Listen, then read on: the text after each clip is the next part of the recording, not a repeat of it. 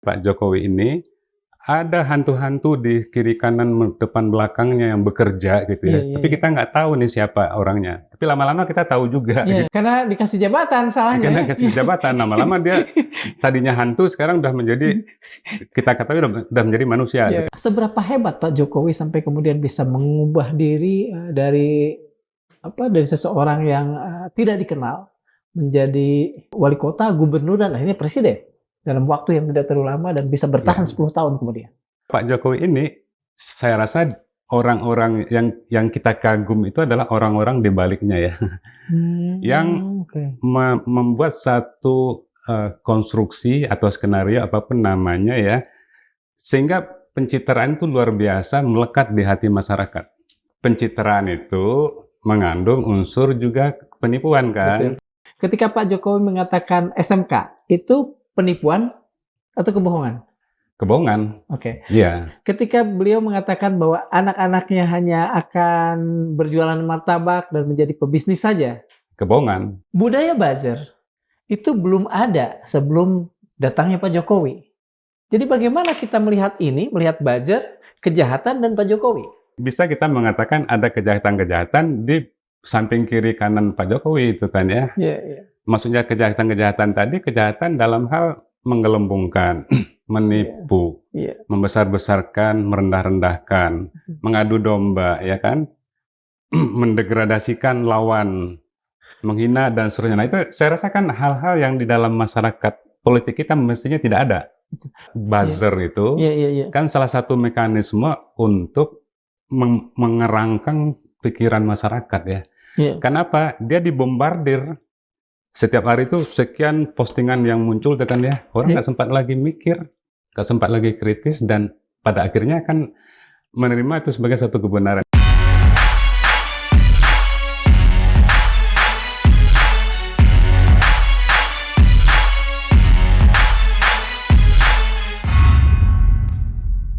Bismillahirrahmanirrahim. Assalamualaikum warahmatullahi wabarakatuh. Ada kutipan yang beberapa hari ini cukup membayang-bayangi, kalaupun tidak bisa dikatakan menghantui saya.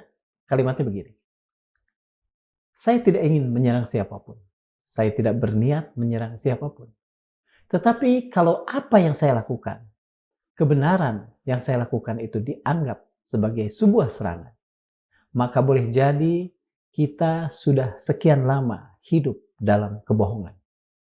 Tentu saja apa yang saya katakan itu tidak verbatim, tapi saya mengutip Pak Purbaya, Menteri Keuangan kita saat ini. Apakah memang kehidupan kita, terutama kehidupan politik kita, sudah penuh dengan kepura-puraan, kebohongan, atau dalam bahasa yang lebih akademis, hiperrealitas? Maka pada Madilog kali ini, kami menghadirkan seseorang yang bisa kita tanya, bisa kita todong untuk menjelaskan kepada kita tentang hal-hal seperti itu. Selamat datang bersama kita semua, Profesor Yasraf Amir Piliang. Beliau adalah guru besar desain dan kebudayaan dan sekaligus selama ini dikenal publik sebagai seorang ahli semiotika. Selamat bertemu di Madilog, Prof. Selamat bertemu. Hatur nuhun pisan. Sami-sami. Prof, saya sempat membaca bahwa Profesor kan mengeluarkan terminologi, mengeluarkan istilah yang namanya hantu-hantu politik. Apakah yang sedang terjadi di Indonesia ini adalah bentuk dari apa yang Profesor katakan sebagai manifestasi hantu-hantu politik itu? Iya. Jadi saya mengatakan hantu ya, istilah hantu itu dalam pengertian sesuatu yang ada tapi nggak kita lihat gitu. Nah maka saya segera mengkaitkan dengan Pak Jokowi ini, ada hantu-hantu di kiri kanan depan belakangnya yang bekerja gitu ya. Tapi kita nggak tahu nih siapa orangnya. Tapi lama-lama kita tahu juga. Iya, gitu betul. kan ya. Karena dikasih jabatan salahnya. Karena dikasih jabatan, lama-lama dia tadinya hantu sekarang udah menjadi, kita ketahui udah menjadi manusia. Iya, gitu kan, bungkelekan. Iya. Nah, jadi hantu-hantu politik itu artinya ada pihak-pihak ini ya, yang bekerja di dalam sistem politik, tapi kita tidak pernah tahu dia siapa. Kita sering mengatakan dia oligarki. Tapi siapa dia? Kita kan juga tidak bisa menjelaskan siapa dia itu kan ya. Ada yang membuat, katakan tuduhan, membuat ijazah palsu misalnya begitu kan ya. Terus siapa orang ini? Dulu yang kan kita nggak tahu gitu, ya, siapa yang membuatnya. Tapi lama-lama kan muncul juga ya. Nah, jadi hantu itu dalam pengertian sesuatu yang ada, dia bekerja untuk kepentingan pilpres, untuk pilkada dan sebagainya, tapi kita tidak tahu. Ya karena memang tidak pernah ada diinformasikan, rahasia kan. Di zaman dulu kan ada juga hantu ghostwriter misalnya. Nah, fenomena hantu ini kalau dalam dalam penilaian profesor sesuatu yang betul-betul buruk atau sebetulnya dia masih netral? Tidak mesti juga buruk ya. Jadi ada orang yang bekerja ya, misalnya di kiri kanan seorang menteri, tapi dia sangat membantu menteri ini. Orang itu nggak pernah kita kenal, apapun namanya gitu ya. Dan menteri itu bisa bekerja dengan baik karena dibantu oleh hantu-hantu ini. Nah ini hantu yang ini jin ini ya. Ya jin Islam. Jin Islam. Gampangnya kan kita hanya dalam terminologi orang Islam kan ada jin Islam, jin kafir. Gitu. Iya. Jin Islam kadang-kadang membantu, jin kafir ya merasuki. Gitu. Betul. Artinya dalam politik sama. Nah, kalau kategori kalau terminologi itu saya pakai, menurut Prof di Indonesia ini banyakkan jin kafir atau jin Islam? Banyak jin kafir. Karena kerjanya menipu untuk bukan kebaikan ya. Menipu untuk jabatan misalnya gitu. Artinya jabatan yang diperoleh melalui penipuan itu kan jabatan yang tidak baik kan ya. Betul. Yang tidak amanah dan sebagainya kan ya. Betul. Artinya itu jin kafir dia. Betul. Kalau dalam dalam metafisis kita kan mengenal bahwa orang bisa mencerabut orang yang kerasukan dengan melakukan ruqyah. Ya. Kira-kira ruqyah politik seperti apa yang bisa mengubah hantu-hantu yang kebanyakan jin kafir ini tidak terlalu banyak membuat bencana bagi politik Indonesia? Artinya gini ya, mesti ada transparansi di dalam dunia politik kita. Transparansi itu artinya kejujuran gitu ya. Ini saya ngerjain, di belakang saya bekerja ini, A, B, C, dan nah kita akan jelaskan begitu ya. Nah itu artinya kan kita sudah mulai membuat politik menjadi transparan kan. Yang bahaya itu kan kita tidak tahu ya. Yang kita tahu itu efeknya. Tiba-tiba seseorang terpilih gitu kan ya. Padahal orang itu menurut saya nggak bagus tuh kan ya. Nah ternyata kiri kanan depan belakangnya bekerja hantu-hantu tadi yang melakukan penipuan-penipuan, manipulasi pikiran kita ya. Melalui pencitraan tadi itu. Nah, itu kan tidak baik dalam segi ini, dalam segi politik ya. Karena bagaimanapun, apapun aliran politik, apapun ideologi politik kan sama-sama tujuan untuk kebaikan. Dan tidak bisa dilakukan dengan cara yang buruk, dengan cara yang tidak elegan, tidak dengan cara menipu misalnya. Kalau dalam terminologi Islam kan ada wala talbisul haqqo bil batil itu ya. Jangan mencampurkan yang buruk dengan yang baik. Dengan yang baik, iya betul. Jadi saya rasa itulah idealnya politik ya.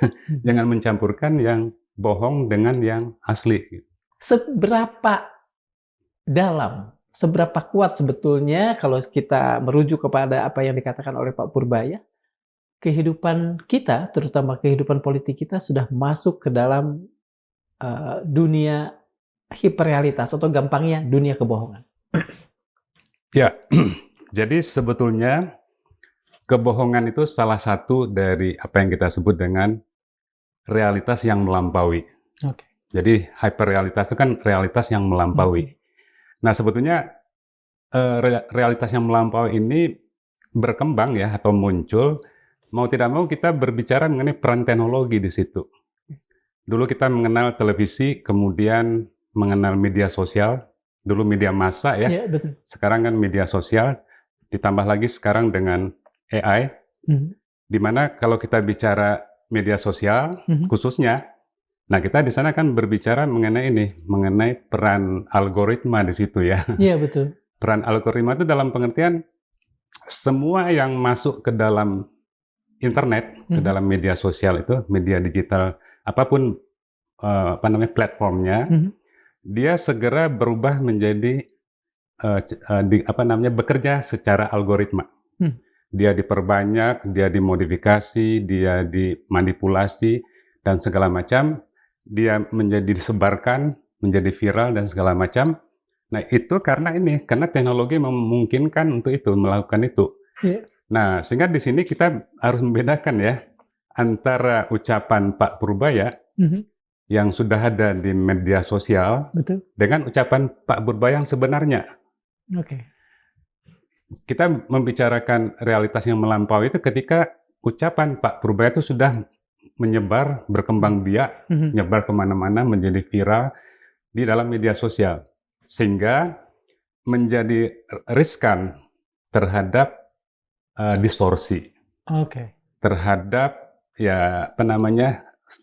orang menyebarkan, ketika sudah disebarkan ke orang lain sudah agak berubah isinya, nyebar lagi ke orang lain sudah ada distorsi yang baru lagi, sehingga tadinya hanya ucapan biasa di ujung sana menjadi menghina misalnya, atau merendahkan, apapun begitu ya, atau seperti itu. Jadi bisa di awalnya tidak begitu, di ujungnya nanti sudah lain lagi gitu.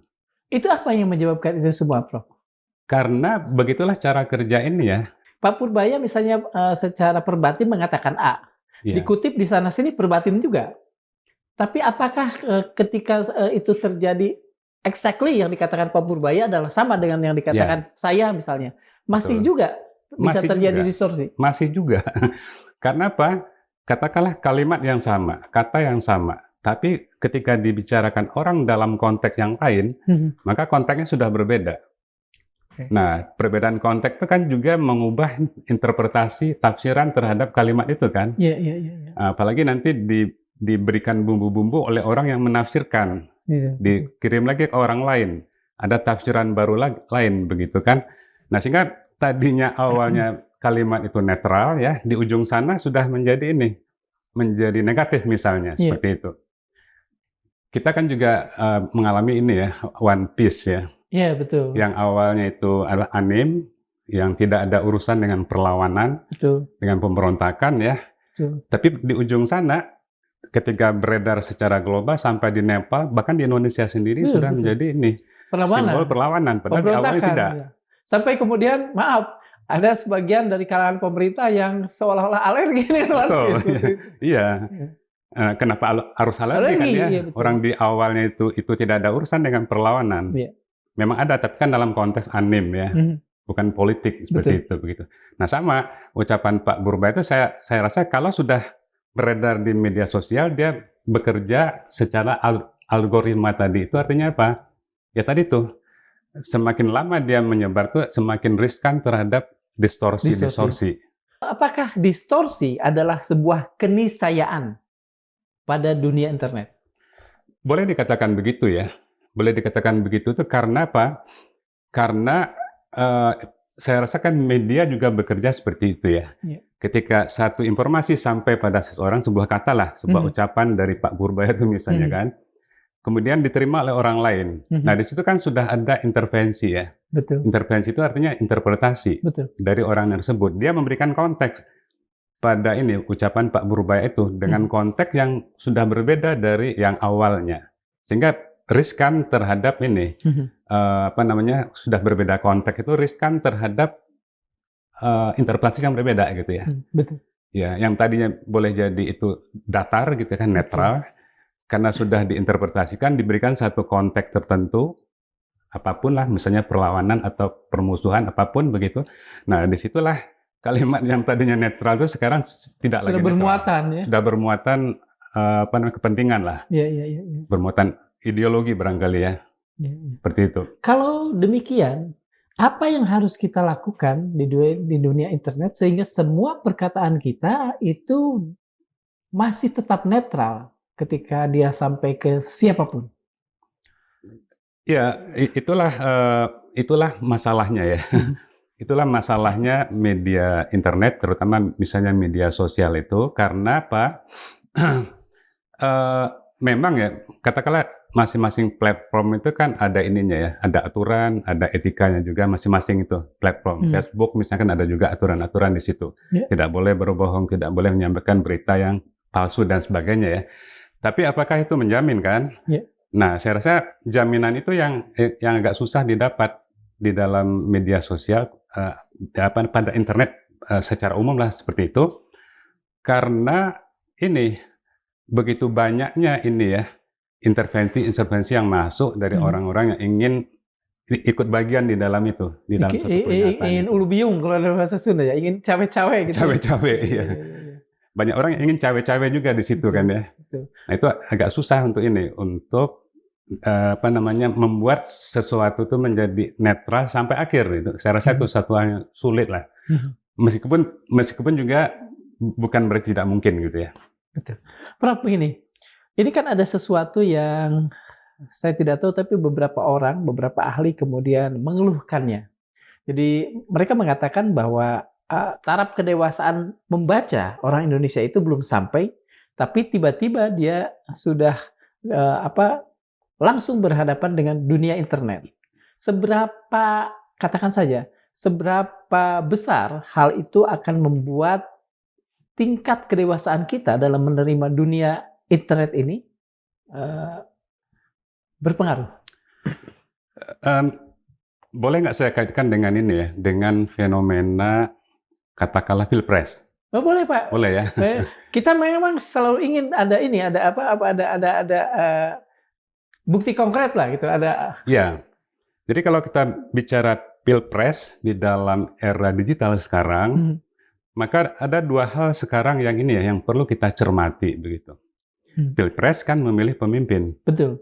Pilkada memilih pemimpin juga, betul. DPR, MPR dan seterusnya. Betul. Nah, yang jadi problem sekarang, dari mana kita dapat informasi tentang calon pemimpin yang akan kita pilih?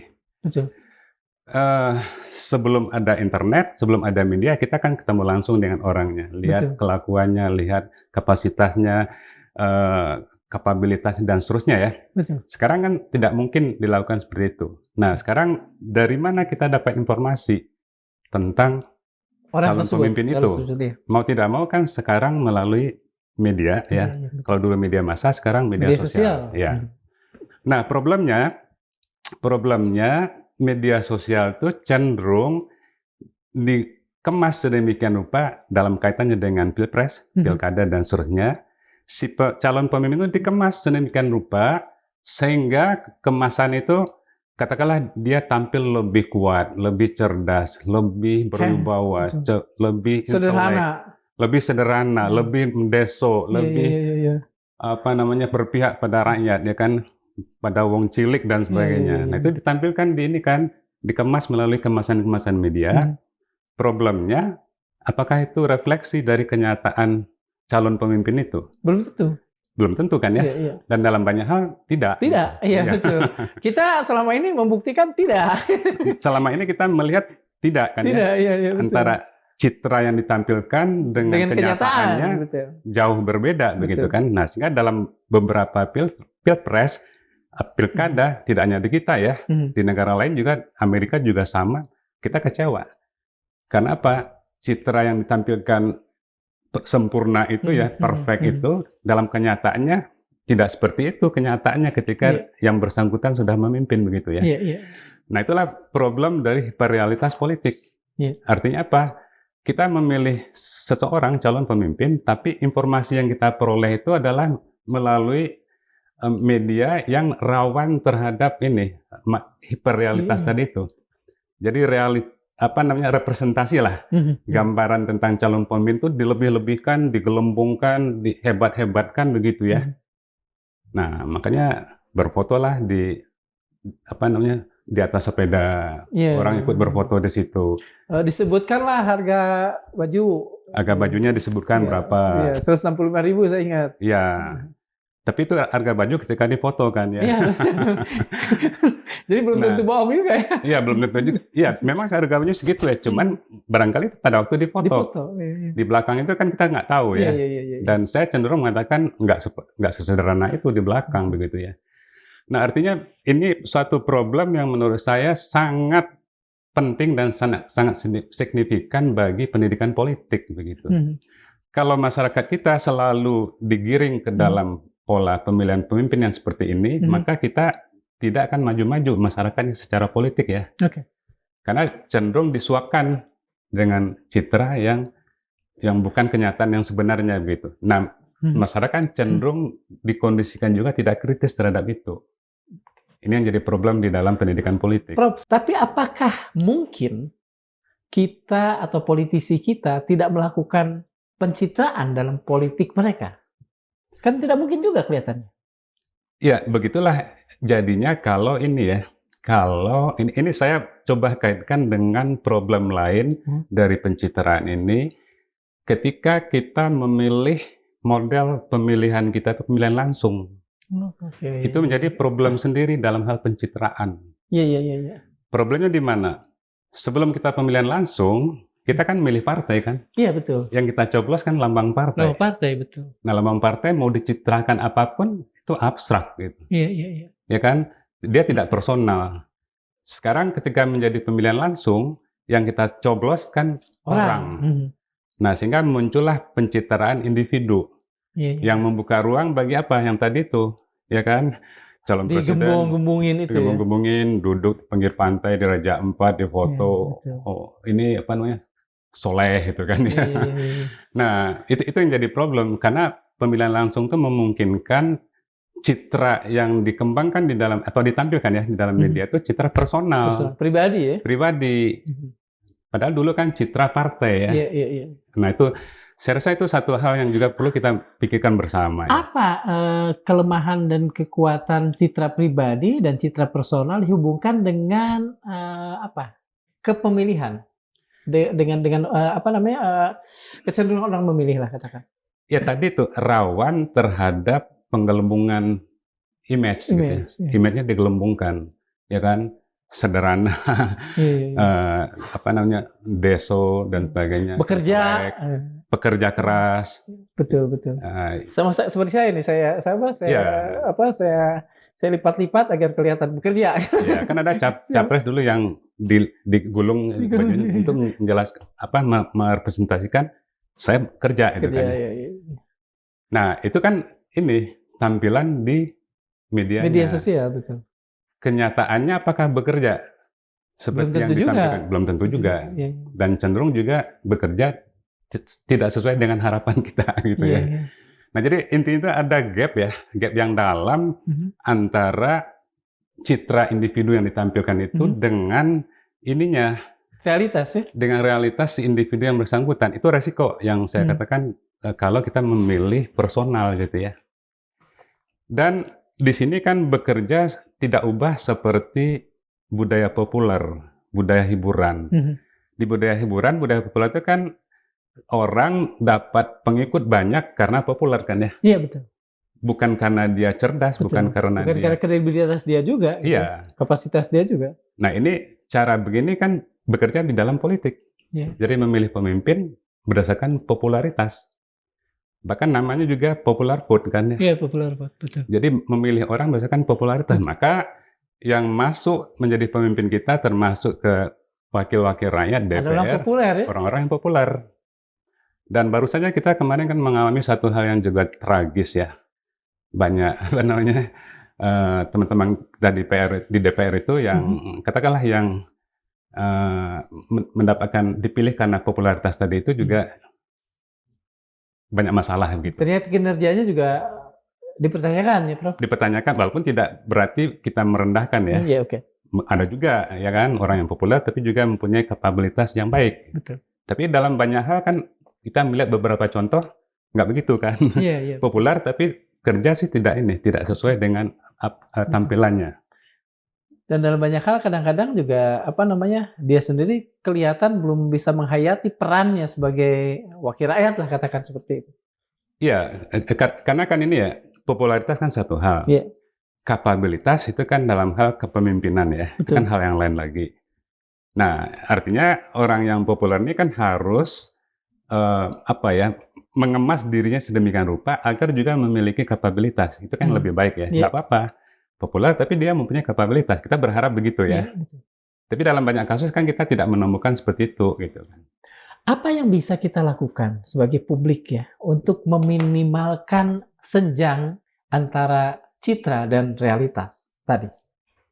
Ya, sebetulnya kan ini ya, kalau kita bicara misalnya komunikasi politik atau iklan politik lah begitu. Iklan apapun sebetulnya kan ada ininya ya, ada etikanya. Yeah. Ada etikanya. Etika itu kan kita tidak boleh berbohong kan? Betul. Berbohong ya kalau kita sedikit mendistorsi lah. Yeah. Tapi artinya kan kalau kita bicara kebohongan itu kan ada spektrumnya ya. Ya Betul, kalau betul. ingin berbohong, bohong-bohong dikit lah gitu kan ya. Apa ya, bohong hasanah. Ya, walaupun bohong juga nggak boleh. Ya. Tapi artinya lebih rendah dari bohong lah, misalnya distorsi dikit lah gitu kan ya. Betul. Nah, berbohong kan nggak boleh kan ya. Iya, betul. Nah, artinya ya kita kurangi ini kan muatan-muatan yang bohong tadi kan. Itu kan sekaligus juga ya. Sekaligus juga itu kan menjadi cara bagi pendidikan politik. Kalau calon pemimpin saja sudah berbohong, apalagi rakyatnya kan. Rakyatnya kan menjadikan pemimpin itu kan semacam idolanya kan ya. Iya. Jadi dia kan juga terbiasa dengan begitu. Nah, sekarang kita kan menghadapi masalah itu. Prof, seberapa bisa kita berharap agar politisi betul-betul mengurangi kebohongannya? Sementara meskipun mungkin saya salah menginterpretasi, Hannah Arendt sendiri mengatakan bahwa politik itu adalah arena yang teatrikal sifatnya. Iya, makanya saya bilang tadi itu kebohongan itu ada spektrum ya. Ada spektrum. Misalnya saya jual obat ya, obat ini bisa menyembuhkan semua penyakit. Bohong lah ya. Saya kan bohong kan ya. Betul. Tapi kalau saya iklankan obat saya ini bisa menyembuhkan dari sekian penyakit itu hanya menyembuhkan 2 ya, padahal cuma 1. Iya. Nah lumayan lah. Iya. Sudah mengurangi kebohongannya ya. Betul. Dan dalam banyak hal kan iklan termasuk juga komunikasi politik ya, kan juga begitu. Mana sih di dunia ini yang tidak ada kebohongan ya? Iya kan? Saya diminta pas foto saya. Nah, saya kan pastilah menampilkan pas foto saya yang terbaik. Ya. Saya berbohong. Nah, setidaknya kita mengurangi kebohongan yang spektrum yang lebih ke kiri, yang parah gitu kan. Menjadi ya bohong dikit gitu ya. Iya. Seberapa hebat Pak Jokowi sampai kemudian bisa mengubah diri dari seseorang yang tidak dikenal menjadi wali kota, gubernur, dan akhirnya presiden dalam waktu yang tidak terlalu lama dan bisa bertahan 10 tahun kemudian. Ya, pencitraan ya dalam politik itu kan tidak bisa dilepaskan dari cara kerja psikologi, khususnya psikologi massa ya. Pencitraan itu kan dalam rangka membangun persepsi, dan persepsi itu kan bekerja melalui cara psikologis dalam pengertian mencoba mengusik kesadaran bahkan unconscious kita, ketidaksadaran kita gitu kan. Iklan kan begitu, membuat orang membutuhkan sesuatu yang dia tidak butuh. Itu kan memerlukan mengusik ketidaksadarannya kan begitu. Nah, kalau Pak Jokowi ini, saya rasa orang-orang yang kita kagum itu adalah orang-orang di baliknya ya, yang membuat satu konstruksi atau skenario apapun namanya ya, sehingga pencitraan itu luar biasa melekat di hati masyarakat. Misalnya citra sederhana, orang deso, wong deso itu kan ya.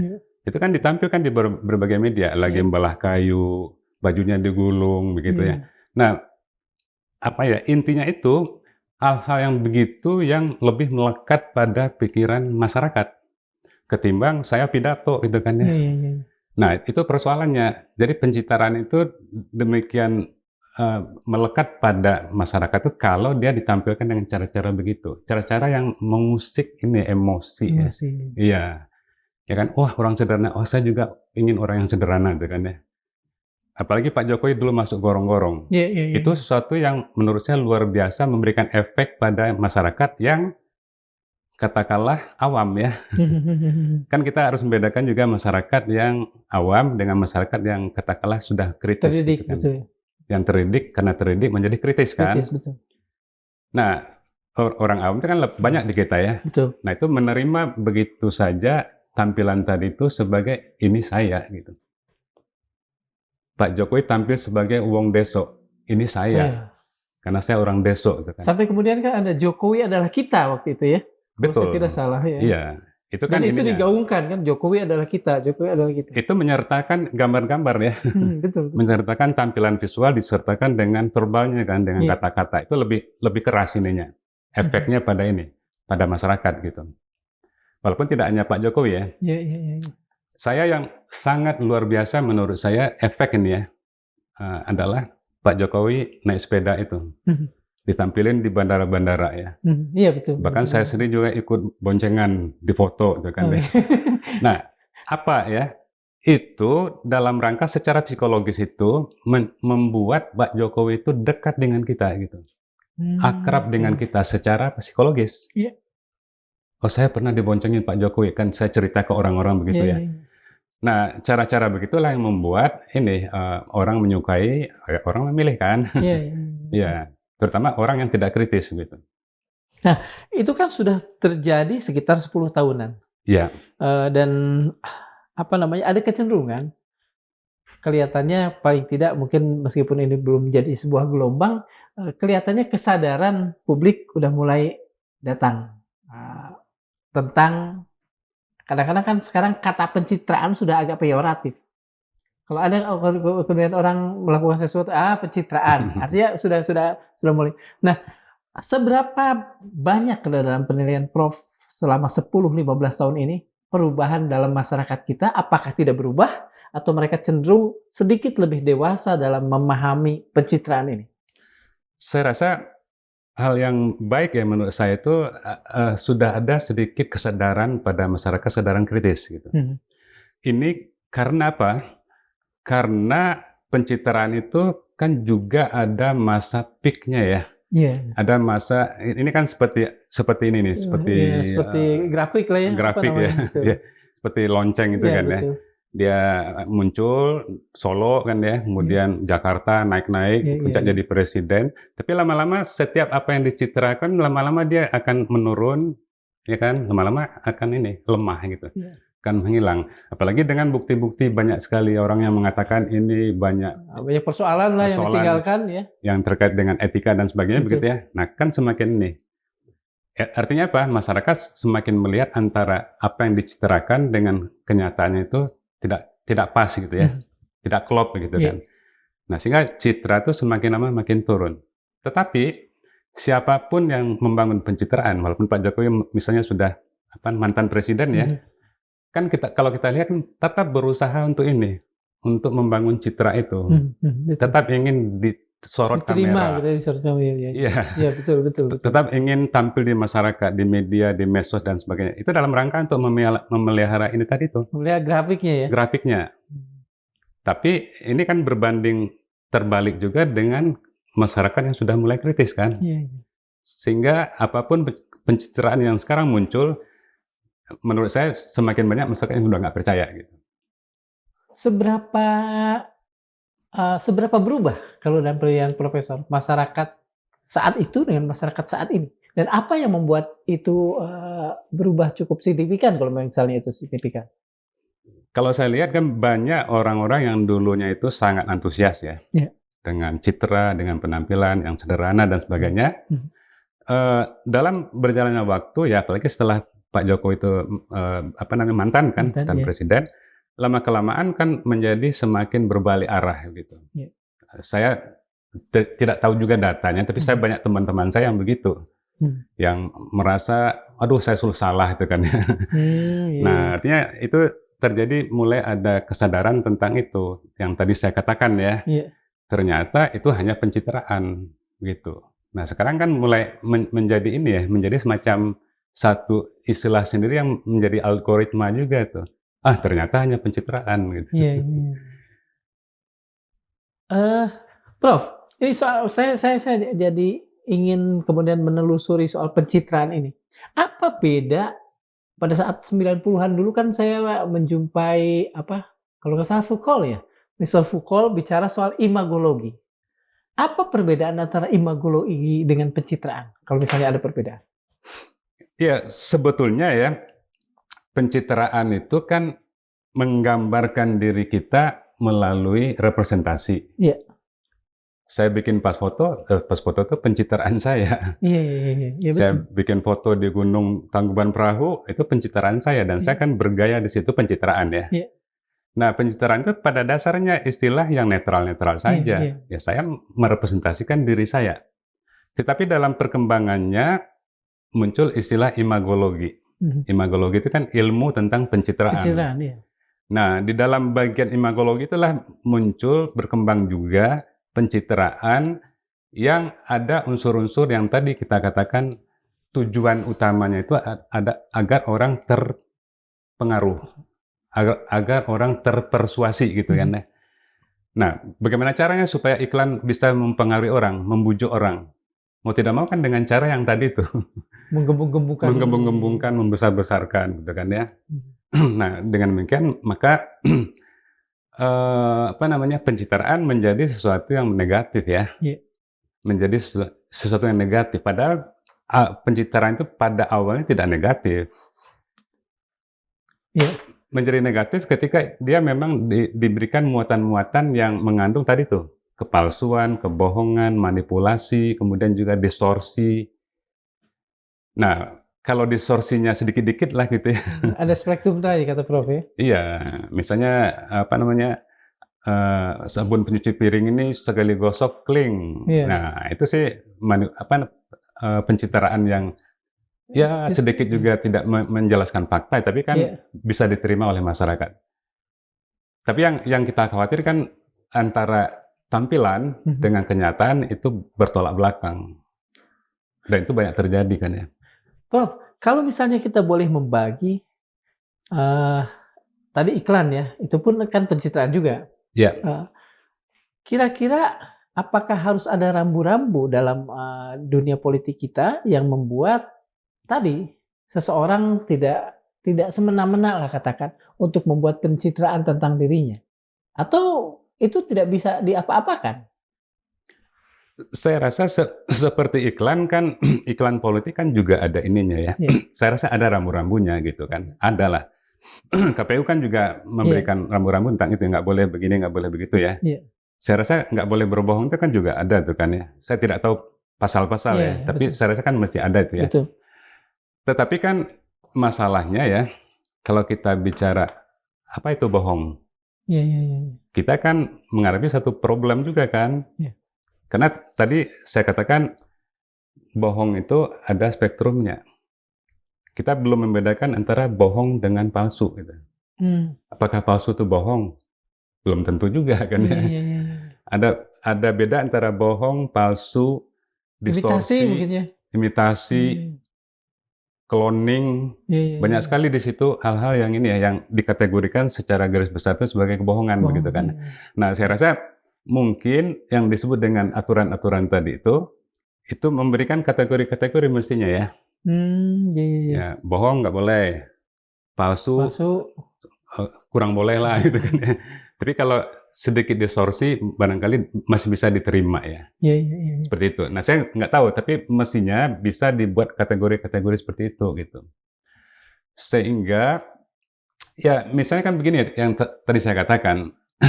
Saya diminta tampil di satu acara, kan saya pakai pakaian yang menurut saya yang terbaik kan ya. Padahal gambaran diri saya nggak seperti itu. Saya kan sudah berbohong sebetulnya.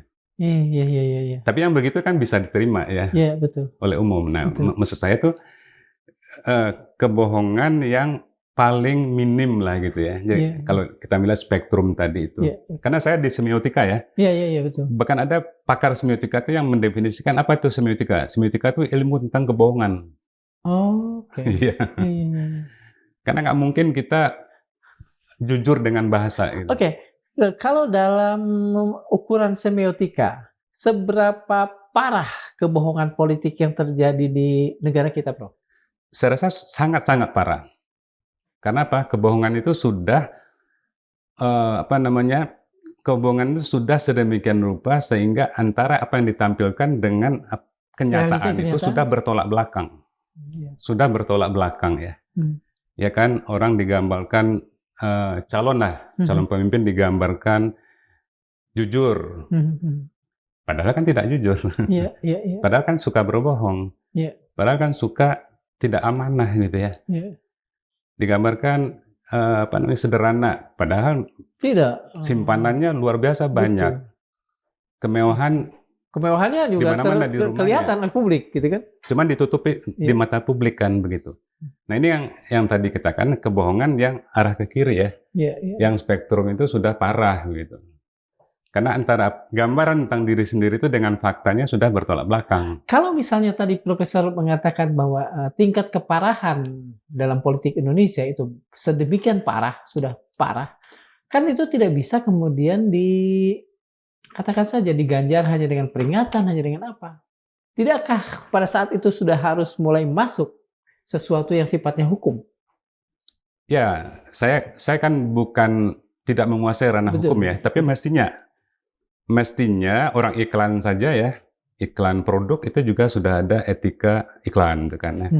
Nah, apalagi iklan politik, komunikasi politik, mestinya juga ada semacam itu ya. Cuman saya kan bukan pakar hukum, tapi menurut saya mesti ada seperti itu untuk menghindari kebohongan itu kebohongan itu tidak dianggap normal dan diulang-ulang. Iya. Betul. Karena kita mengalami ya 2 pilpres atau 3 barangkali ya. 3 pilpres sebelum ini kita kan mengalami kebohongan-kebohongan yang diulang-ulang. Begitu pola kebohongannya juga mungkin sama gitu ya.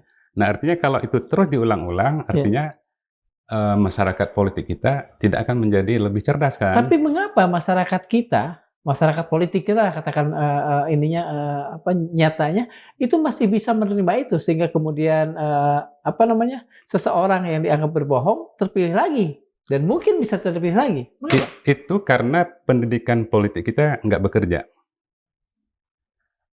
Coba lihat ada forum-forum nggak di dalam pendidikan politik kita yang membicarakan hal-hal yang barusan gitu? Enggak. Bahwa gambar yang begini itu dan mungkin bohong. Pembicaraan kita juga sebetulnya tidak populer. Tidak populer.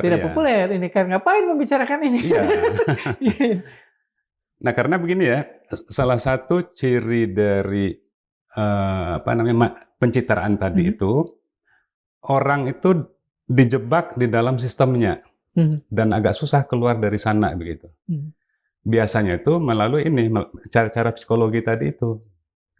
Yang sekarang dikenal dengan istilah misalnya ya, lihat saja itu tampilan-tampilan itu kan hari ke hari itu kan berganti-ganti dan cepat sekali perubahannya ya. Orang nggak sempat lagi mikir.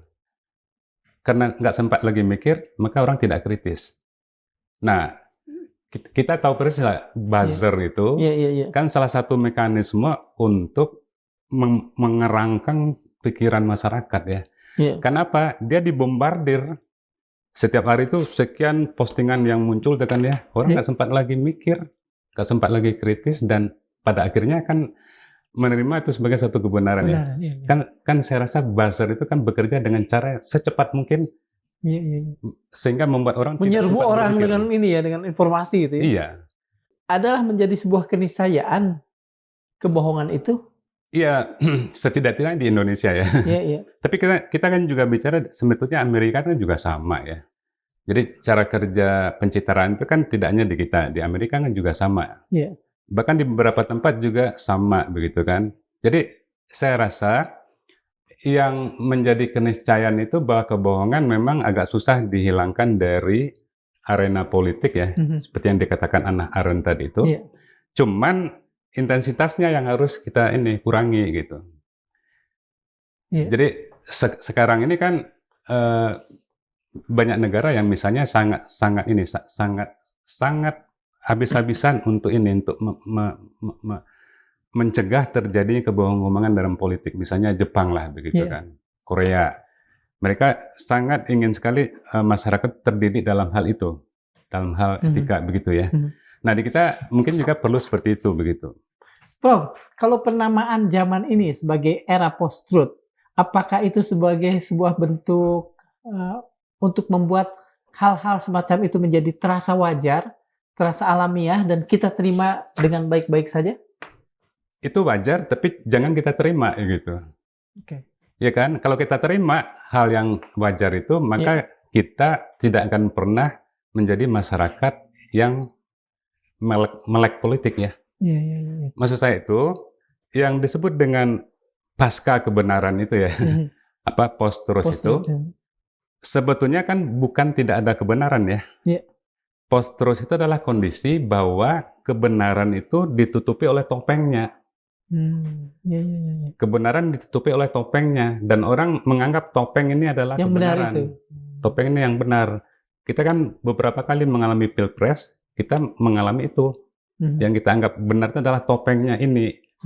Nah, itu yang harus kita jangan sampai begitu terus ya. Kita harus coba menggali ke bawah gitu. Artinya apa? Supaya masyarakat lebih cerdas kan. Supaya masyarakat lebih cerdas, bagaimana? Masyarakat harus memiliki informasi yang lebih gitu. Nah, memang agak susah ya. Karena dibombardir terus dengan informasi, tapi masyarakat harus mempunyai daya tahan, dalam pengertian harus coba gali ke bawah. Di bawah topeng itu apa yang ada itu kan ya. Nah, ternyata menurut saya ini yang perlu dilakukan adalah bagaimana masyarakat itu mengumpulkan atau mencari informasi yang lebih lengkap tentang seseorang, tentang sesuatu ya. Sehingga dia bisa membandingkan antara topeng dengan wajah aslinya. Nah, untuk Indonesia, saat ini saya rasa itu masih belum. Mudah-mudahan ke depan akan begitu ya. Dengan berubahnya sistem pemilu dan sebagainya, sehingga di dalam pemilu itu ada juga satu sistem yang membuat masyarakat itu diberikan informasi yang lebih gitu. Prof, begini, kalau misalnya keinginan kita adalah mengangkat sebanyak mungkin kebenaran yang tidak hiperrealitas, dan kemudian kita makin lama makin rindu pada kejujuran, apakah mungkin pada saatnya kita menganggap buzzering atau apapun itu sebagai sebuah kejahatan? Saya rasa kalau buzzering itu isinya, karena kan kita udah tahu tuh dampaknya saat betul. ini. Iya. Mestinya segala sesuatu yang di dalamnya mengandung unsur kebohongan yang ini ya, yang kelas atas lah begitu ya. Yang berdampak pada bangsa itu. Iya. Itu kan sudah bisa dikategorikan sebagai kejahatan kan? Karena melakukan memberikan informasi yang tidak hanya salah, tapi sudah bertolak belakang dari kenyataannya. Dan kemudian di sana kan ada muatan-muatan adu domba, ada muatan-muatan menuduh, ada muatan-muatan merendahkan, degradasi, macam-macam itu kan ya, membunuh karakter dan sebagainya. Kan cara bekerja buzzer itu kan biner yang sederhana ya. Biner yang sederhana itu artinya menggelembungkan apa yang dia dukung, menekan ke dalam jurang apa yang dia musuhi gitu kan ya. Nah, jadi saya berani mengatakan ya, polaritas masyarakat kita secara politik, keterbelahan masyarakat kita, ada peran buzzer di sana. Itu yang membuat permusuhan menjadi tajam. Artinya kita sepakat bahwa buzzer itu jahat. Apalagi yang dilakukan kemarin-kemarin. Jahat, karena apa? Karena itu menjadi salah satu sumber dari polaritas masyarakat secara politik, keterbelahan masyarakat. Budaya buzzer itu belum ada sebelum datangnya Pak Jokowi. Jadi bagaimana kita melihat buzzer, kejahatan, dan Pak Jokowi? Ya, saya tidak mengatakan Pak Jokowi jahat ya, bukan. Ya, saya juga nggak. Tapi saya ingin melihat hubungan di antara ketiganya gitu, tiga objek ini. Ya, tetapi mungkin bisa kita mengatakan ada kejahatan-kejahatan di samping kiri kanan Pak Jokowi itu kan ya. Maksudnya kejahatan-kejahatan tadi, kejahatan dalam hal menggelembungkan, menipu, membesar-besarkan, merendah-rendahkan, mengadu domba, ya kan? Mendegradasikan lawan, menghina dan seterusnya. Nah, itu saya rasakan hal-hal yang di dalam masyarakat politik kita mestinya tidak ada. Mana yang Profesor kategorikan menipu dari apa yang dilakukan kelompok Pak Jokowi? Saya tidak mengatakan Pak Jokowi karena di sana kan kita sepakat ada banyak pihak di kelompok ini. Mana yang disebut menipu, mana yang hanya kebohongan misalnya? Iya, menipu dengan kebohongan itu kan dua hal yang bersaudara ya. Meskipun tidak setali tiga uang ya, ada nisan. Ya, artinya tadi kan kita sudah mengatakan ya, pencitraan itu mengandung unsur juga penipuan kan. Betul. Walaupun katakanlah tingkat rendah gitu kan ya. Ini orang ini sederhana, orang ini deso, orang ini merakyat begitu ya. Nah, tapi kalau kenyataannya tidak begitu kan ini kan ada gap. Ketika Pak Jokowi mengatakan SMK, itu penipuan atau kebohongan?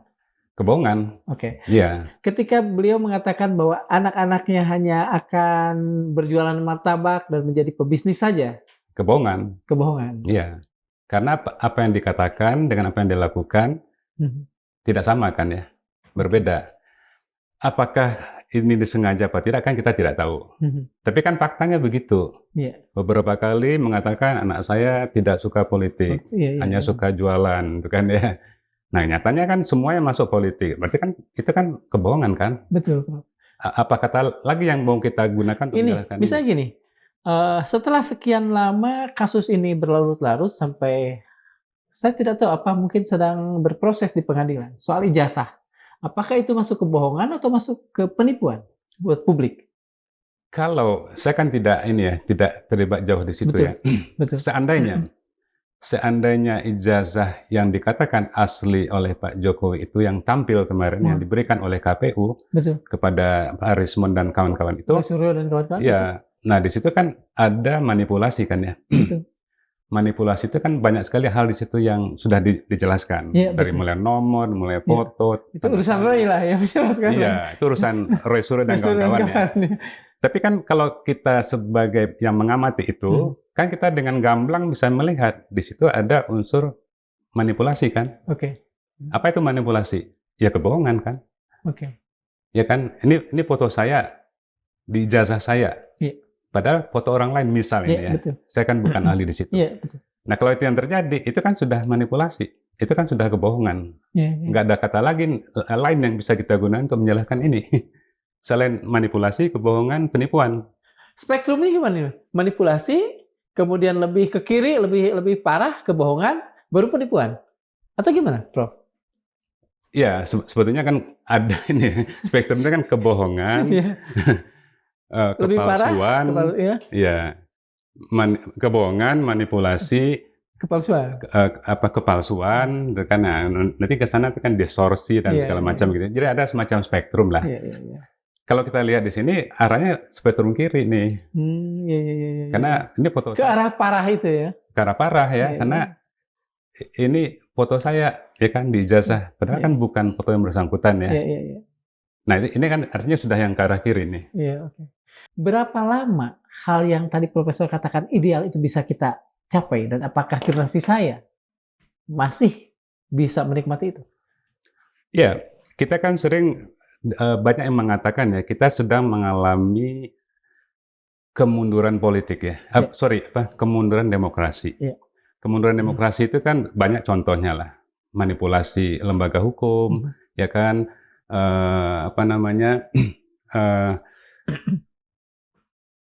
tidak bekerjanya masyarakat sipil, ditekannya masyarakat sipil, kekerasan oleh aparat, oleh negara dan sebagainya. Ini kan menunjukkan kemunduran demokrasi tadi itu.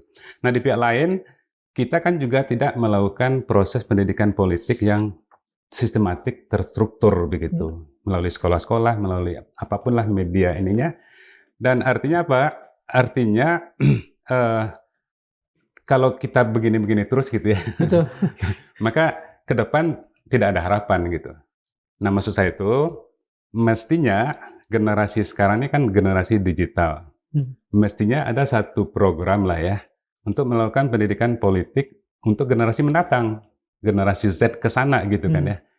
Karena mereka ini juga dalam hal tertentu juga bisa diajak kritis juga ya.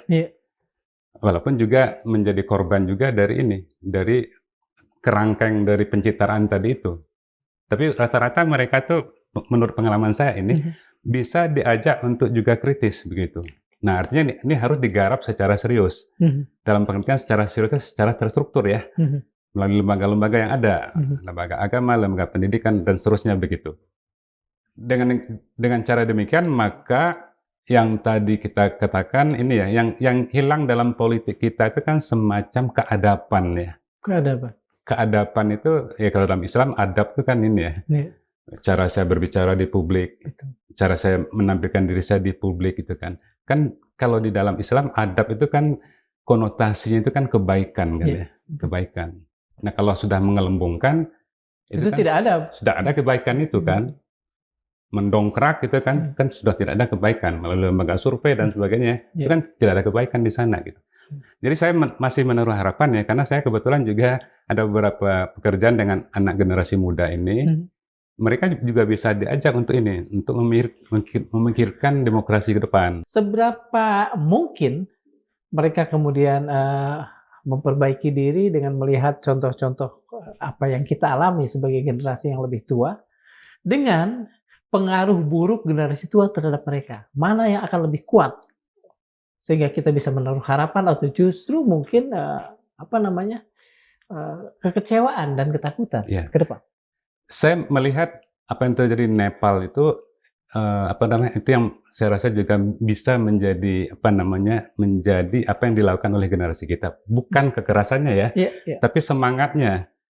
Bagaimana generasi muda di Nepal itu mencoba kritis terhadap situasi yang ada begitu ya. Bukan masalah kekerasannya ini ya. Betul. Kalau itu kan nggak mau lah gitu yang begitu ya. Tapi semangat untuk melawan kemapanan, melawan status quo di dalam politik itu kan yang terjadi di sana kan.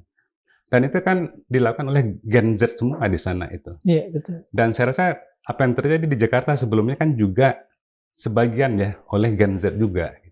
Dengan cara-cara mereka, makanya muncul One Piece itu kan ya. Nah, saya rasa itu bisa dipupuk terus, bisa diberikan orientasi yang yang lebih positif ke depan gitu ya, konstruktif. Nah, jadi masih ada harapan sebetulnya begitu dengan apa yang terjadi kemarin ini ya di Indonesia, di Nepal, di Filipina dan sebagainya. Ketika ketika di kalangan pemerintah 25 sampai 30 Agustus itu sebuah kengerian, pada kacamata Profesor itu sebetulnya sebuah harapan. Ya, artinya menurut saya bukan problem ininya ya, kekerasannya ya. Oke, betul. Kita bukan sepakat. Perusakannya ya, betul. Tapi adalah semangatnya, jiwanya begitu kan. Kan kalau kita bicara mengubah ini situasi kan harus ada jiwa perlawanan kan ya. Betul. Jiwa perlawanan terhadap kemapanan begitu kan. Nah, menurut saya tuh yang mestinya diambil itu adalah jiwanya. Jiwa melawan hal yang mapan. Karena sekarang kan kalau proses politik yang berlangsung secara terus-menerus diiringi dengan kebohongan itu bergulir terus selamanya, maka tidak ada perlawanan terhadap itu. Dan kita akan selamanya begitu. Nah, anak-anak muda ini kan mencoba untuk melawan itu ya. Jadi menurut saya ruhnya itu yang harus diambil. Bukan bakar-bakarnya ya. Betul. Kalau bakar-bakarnya kita juga nggak mau gitu kan ya. Betul. Tapi ruhnya itu. Sebetulnya Profesor sangat menaruh harapan dan sangat yakin dengan Indonesia ke depan yang lebih baik yang akan dinikmati oleh generasi Z ke depan itu, generasi Z dan generasi seterusnya, karena hal-hal buruk akan dibawa mati oleh generasi Prof, generasi saya, dan generasi yang lebih tua daripada Gen Z. Iya, tentunya setiap generasi kan belajar ya dari generasi sebelumnya. Dan saya rasa di generasi terakhir ini kan yang paling banyak informasi ya. Betul. Dari generasi yang sebelumnya itu kan ya. Nah, artinya kalau mereka sedikit diberi pemantik lah gitu ya.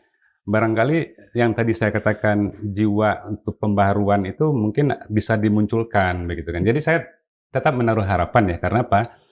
Karena berdasarkan beberapa peristiwa yang terjadi kemarin itu kan sudah mulai muncul jiwa-jiwa tadi itu. Jiwa-jiwa dari generasi Z tadi itu kan.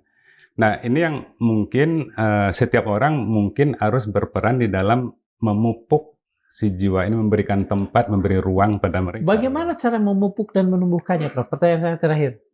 Ya, mau tidak mau kan melalui ini ya. Kalau yang formal itu kan melalui pendidikan kan. Kalau yang tidak formal kan bisa melalui bikin forum-forum kayak gitu di dalam internet kan ya. Betul. Dalam media sosial diarahkan forum-forum itu bagi pencerdasan generasi kan. Nah, saya rasa apapun lah gitu, itu bisa dilakukan kalau dilakukan secara terintegrasi ya. Bersama. Ya, pendidikan bekerja, pemerintah juga bekerja, masyarakat juga bekerja kan, keluarga juga bekerja.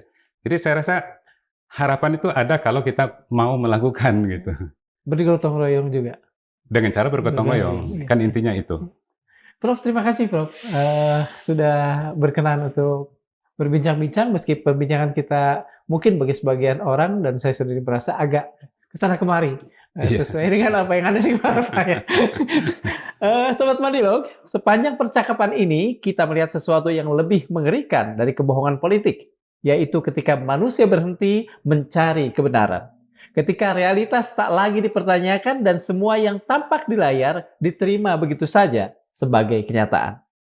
Memang dalam Will to Power, Friedrich Nietzsche pernah menulis, kita memiliki seni agar tidak mati karena kebenaran. Sebagai refleksi bahwa seni, ilusi, simbol, penciptaan makna adalah cara manusia bertahan dari keras dan brutalnya realitas. Hari ini barangkali kita punya citra agar tidak mati karena kebohongan yang terlalu pahit. Tetapi pertanyaannya, sampai kapan kita sanggup hidup di dunia yang dipenuhi bayangan, tanpa tubuh, tanpa jiwa? Profesor Yasraf menyebutnya matinya sosial. Ketika interaksi manusia tak lagi terjadi dalam ruang makna, tetapi dalam ruang sinyal semata. Politik menjadi tontonan, demokrasi menjadi dekorasi, dan moralitas menjadi kostum yang dipakai saat kampanye, lalu dilepaskan ketika kekuasaan telah diraih. Imam Ali bin Abi Thalib pernah berkata, kebenaran tidak diukur dari siapa yang mengatakannya, tetapi lihatlah siapa yang berdiri di sisi kebenaran. Barangkali inilah cara kita melawan hiperrealitas, dengan keberanian untuk berpihak pada yang nyata, meski tak viral, meski tak populer, sebab di tengah dunia yang dilipat, tugas intelektual bukanlah melipat realitas agar muat di layar, tetapi membentangkannya kembali agar kita bisa melihat dunia apa adanya. Dengan seluruh luka, dengan seluruh kebohongan, dan kemungkinan-kemungkinannya. Tugas akal sehat kita adalah membuka lipatan-lipatan dunia itu satu persatu sampai kita kembali menemukan manusia sejatinya di balik citra itu. Terima kasih telah memirsa. Assalamualaikum warahmatullahi wabarakatuh. Terima kasih, Prof. Hatur nuhun.